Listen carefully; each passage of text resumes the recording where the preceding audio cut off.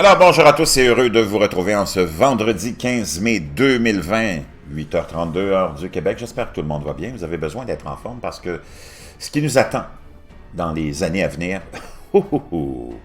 ça va être vraiment de taille herculéenne. Donc vous avez besoin de vous être musclé pendant le confinement. Ceci étant dit, merci à ceux qui m'ont envoyé ce lien sur la momie extraterrestre d'Atacama dont j'ai déjà parlé et qui nous vient de National Geographic et qui prétend qu'on a finalement élucidé le mystère. On ne l'a pas élucidé. Il ne sera jamais vraiment élucidé. Et c'est comme ça dans toutes les questions concernant les civilisations anciennes. Oui ou non, l'existence de civilisations extraterrestres plus avancées. Il n'y a rien qui est confirmé, il n'y a rien qui est démenti, il n'y a rien qui est prouvé. C'est un sujet qui est encore ouvert, même si on prétend naturellement. Il y a des camps extrémistes qui prétendent que oui, absolument, mais c'est toujours des suppositions, comme le camp qui prétend que non, non, non, ça n'existe pas. C'est aussi des suppositions, il n'y a rien qui est prouvé à 100%. Il n'y a aucune vérité qui est existentielle à 100%, donc, ou qui existe à 100%. Mais on peut utiliser notre jugement pour se placer entre les deux et continuer les recherches et avoir nos convictions personnelles. Moi, mes convictions personnelles, je pense que vous les connaissez.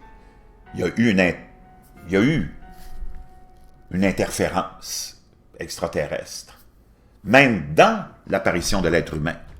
Et la science tend de plus en plus à prouver cela avec la fusion de 2 chromosomes il y a 200 000 ans, qui n'aurait pas été faite de façon naturelle, mais de façon artificielle. Quand on regarde les découvertes archéologiques, pendant longtemps, on nous a dit « Ah, la civilisation, ça a commencé il y a 4000 ans, 5000 ans. » Là, on est rendu à beaucoup plus loin que ça. On est rendu au moins à 12 000 ans avec Göbekli Tepe, en Turquie. Des structures, des monolithes impossibles à concevoir avec les connaissances qu'on avait dans ce temps-là. Puis on peut remonter à beaucoup plus loin que ça, juste le Sphinx. Au niveau géologique, on a été capable de dater le Sphinx à beaucoup plus que 3000 ans ou 3500 ans. On remonte à au moins encore là 15 000 ans, parce que l'érosion de sa base n'a pas été faite par le vent, mais par l'eau. Et pour avoir un niveau d'eau aussi élevé, pour avoir une érosion sur la base du Sphinx, il faut remonter à au moins 15 000 ans pour voir cette région-là avec assez d'eau, à un niveau d'eau assez élevé pour retrouver une érosion sur la base du Sphinx. Donc, les livres d'histoire qu'on a en ce moment, il faut les prendre vraiment qu'un grain de sel parce que ça a été écrit avec une idée derrière, puis avec des connaissances qui étaient limitées, avec de l'instrumentation qui était limitée. Puis ça serait temps vraiment de remettre ça à jour, mais on ne semble pas intéressé à remettre ça à jour pour toutes sortes de questions. Donc, ceci étant dit, je voulais juste vous placer la table avant qu'on aille lire cette histoire-là, qu'il faut prendre avec un grain de sel aussi, de National Geographic. Le mystère de la momie extraterrestre d'Atacama élucidé par une analyse d'ADN. Les chercheurs espèrent que cette nouvelle découverte permettra de clore. Voyez-vous, on veut clore le débat. C'est ça, dans le fond, le but d'un article comme celui-là, puis de pseudo-conclusion de recherche, de pseudo-rechercheurs ou chercheurs qui avaient déjà une idée derrière la tête quand ils ont commencé cette recherche-là, c'était de clore le débat. Comprenez-vous? Donc, de clore le débat sur les origines d'Ata, un nouveau-né naturellement momifié, mis au jour dans le désert chilien. On peut voir ici la fameuse momie de 15 cm trouvée dans le désert d'Atacama, au Chili. Ata ne fait que 15 cm de haut et présente une tête conique et des os exceptionnellement durs pour sa taille. On peut voir ici la taille, là, c'est vraiment... wow! D'aucuns ont prétendu qu'il s'agissait là d'un extraterrestre, mais une nouvelle étude publiée hier dans la revue Genome Research réfute non seulement la théorie extraterrestre, mais donne des éléments d'explication sur le processus de momification. Tout ça, c'est des théories. Ata n'est pas plus grande qu'un fœtus humain, mais ses os sont à peu près aussi mûrs que ceux d'un enfant de 6 ans. Ça, c'est des faits, là. On ne peut pas les inventer, puis même ceux qui sont là pour essayer de vous clore le débat, ben, ils sont obligés de reconnaître ça aussi. Le débat a commencé à animer la communauté scientifique en 2003, lorsque les restes naturellement momifiés d'Atta ont été mis à jour. Près d'une ville fantôme du désert d'Atacama au Chili, un homme d'affaires espagnol, Ramon Navia Osorio, a acheté cette momie et en 2012 a autorisé un médecin du nom de Stephen Greer, que tout le monde connaît, ici on en a parlé, à l'étudier par le moyen de rayons X et via la tomodensitométrie pour analyser son squelette. Greer est le fondateur de Disclosure Project, qui cherche à divulguer la vérité sur les ovnis, l'intelligence extraterrestre et les systèmes d'énergie et de propulsion avancés selon son site web. Atta n'est pas plus grand qu'un fœtus humain, mais un radiologue qui a analysé les images estime que les os d'Atta étaient à peu près aussi mûrs que ceux d'un enfant de 6 ans. À l'époque, Greer a également fourni des échantillons de la moelle osseuse d'Atta à l'immunologiste Gary Nolan de l'université Stanford de Palo Alto, en Californie. L'équipe de Nolan a séquencé l'ADN d'Atta et a conclu que son matériel génétique était bien celui d'un être humain. Mais il ne pouvait pas expliquer comment une si petite personne pouvait présenter des caractéristiques physiques si inhabituelles. Une fois que nous avons compris qu'il s'agissait d'un être humain, l'étape suivante consistait à comprendre comment un humain pouvait prendre cette forme, explique Nolan. Nolan a alors travaillé avec des chercheurs en génétique de Stanford et avec l'équipe du biologiste computationnel Atul Bhute de l'Université de Californie à San Francisco pour analyser le génome d'Atta.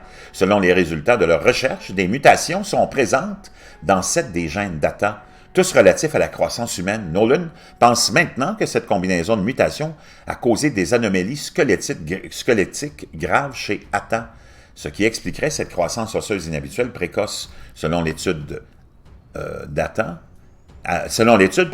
probablement un fœtus mort-né ou mort peu après la naissance. Mais ceux persuadés qu'Atta est un extraterrestre n'en démordent pas, quelles que soient les nouvelles révélations scientifiques. Nous ne savons pas ce que c'est, mais ce n'est certainement pas un être humain, dit Greer, qui a été mis au courant de ces nouvelles recherches. Pour la majorité des scientifiques, en revanche, il est temps d'enterrer la controverse sur Atta à la lumière des nouvelles analyses. La thèse du pseudo-extraterrestre était faite d'arguments pseudo-scientifiques pour attirer l'attention des médias, estime le paléontologue ou le paléanthropologue et anatomiste William Jungers, professeur émérite au Stony Brook University Medical Center. Cet article relaie ces hypothèses au rang des absurdités. Les médecins qui traitent des enfants atteints de maladies osseuses génétiques rares pensent également que les archéologues et d'autres scientifiques peuvent être induits en erreur par des troubles génétiques qui causent des caractéristiques physiques inhabituelles. Par exemple, le généticien Fawzan Al-Khouria rappelle la controverse entourant les hobbits, de petites créatures découvertes il y a 15 ans en Indonésie. Les scientifiques ne parviennent toujours pas à s'entendre sur la question de savoir si ces êtres minuscules sont les cousins de l'homme moderne ou s'ils sont simplement des êtres humains de taille inhabituellement petite. Vous vous rappelez que j'ai parlé aussi du fait que probablement la Terre c'est un laboratoire pour ces civilisations-là et qu'il y a eu plein d'expérimentations et que toutes les races et que l'évolution de l'homme, ça n'a rien à voir avec ce que vous voyez dans les livres, et que toutes les autres races sont probablement des expérimentations qui ont été abandonnés. Et pourquoi nous autres, on est les seuls à avoir prospéré et à avoir passé à travers tout ça? Comprenez-vous? Parce que t'as beau dire que Atta, la controverse est fermée et que c'est explicable par différents problèmes génétiques, comment ça se fait qu'il n'y en a pas d'autres cas comme ceux-là? Ça serait le seul cas de toute l'histoire de l'humanité? C'est un petit peu grossier quand même. Tous les humains, y compris Atta, peuvent présenter de nombreuses mutations génétiques, mais habituellement, une seule de ces mutations est facteur de maladie chez un enfant. Le cas de cette mutation génétique est quasiment inconnu, dit Al-Khouria, pour qui une ou deux des mutations ont probablement causé des problèmes de croissance d'Atta. Nolan n'est pas d'accord. Ce pauvre enfant a malheureusement lancé 7 fois les dés. Mais il serait difficile, sinon impossible de décider quelles composantes génétiques d'Atta ont provoqué ces symptômes, tout simplement parce que les scientifiques n'ont aucune information sur les proches d'Atta. S'ils avaient dans leur possession l'ADN des parents d'Atta, par exemple, ils pourraient vérifier quelles étaient les mutations d'Atta présentes chez sa mère, blablabla. Donc, beaucoup de blabla pour arriver à une conclusion qui est vraiment pas convaincante. Et c'est toujours comme ça, mais le mystère demeure. Et je vous conseille de rester toujours aux aguets et éveillés, parce qu'il y a beaucoup de choses qui vont venir s'ajouter dans un avenir assez proche. Peut-être qu'on arrivera à comprendre exactement d'où on vient, ou peut-être jamais, mais peut-être que oui. Parce que de plus en plus, on commence à comprendre ce qui s'est passé vraiment. Donc, je vous reviens, restez là, j'ai plein d'autres choses aujourd'hui pour vous.